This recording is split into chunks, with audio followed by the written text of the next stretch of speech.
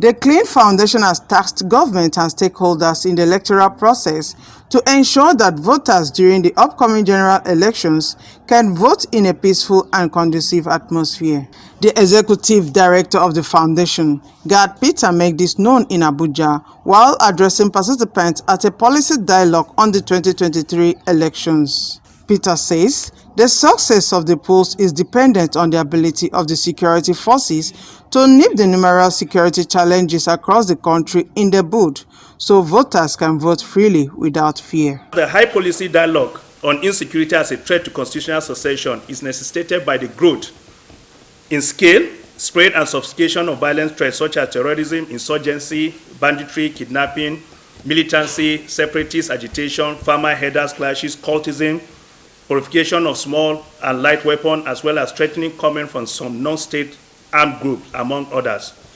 All of the above have increased tension in the country and remain one of the greatest challenges in the build-up to 2023 general elections. Indeed, election security and ensuring that the entirety of the electoral process are transparent and positioned to ensure that conduct of free, fair, safe election is paramount to maintaining public trust, support and establishing the legitimacy of electorate officials.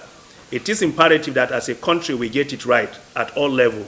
Hence, the need to secure the process to enable it to deliver upon its mandate. No doubt, security threat to the forthcoming general election can affect the successful succession of the current government to another, which is a call for concern by all citizens, development partners, and every African who understand the survival of Nigeria democracy is central to the progress and development of Africa. If for 60 years we've had a policing architecture that is centralized, today we say that we have about 1 to 600 or 700 police population ratio compared to what is popular in other places. I think about 1 to 300 or 1 to 400.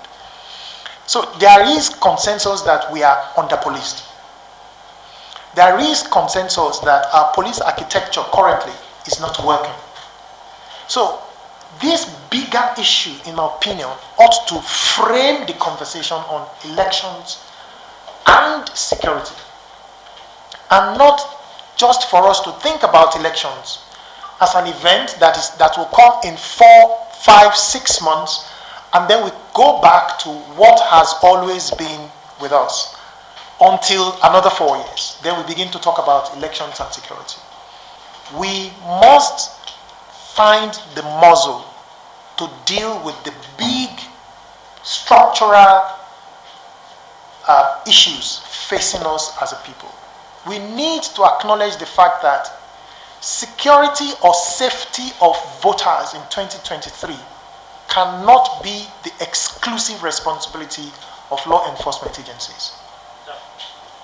So while law enforcement and security agencies will have a significant role to play, we cannot be pressing and holding the legs of law enforcement and security agencies to the fire, while other major actors, some of whom are missing here, are in fact plotting how to get themselves to office through violence. So what are we doing to hold candidates to account? What are we doing to hold political parties to account? What are we doing to hold the supporters of candidates and political parties to account? If we have candidates, politicians, who will drive violence in order to have undue advantage during the elections, and after elections we cannot do anything about them, I think that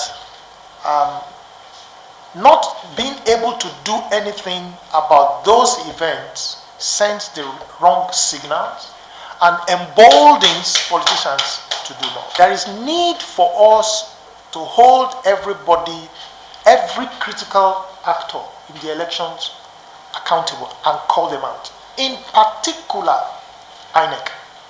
But however, I also think we have a double responsibility to also protect institutions that are doing well, but that are being targeted wrongly in order to undermine the elections. We shouldn't allow anyone to use 2023 elections to fan ethnicity, religion, and all of those things that have always divided us.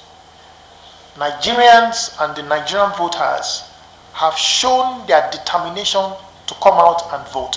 As we speak, the last figure from INEC was that about 94 million people have registered. Every Nigerian that is registered and willing to vote is able to vote.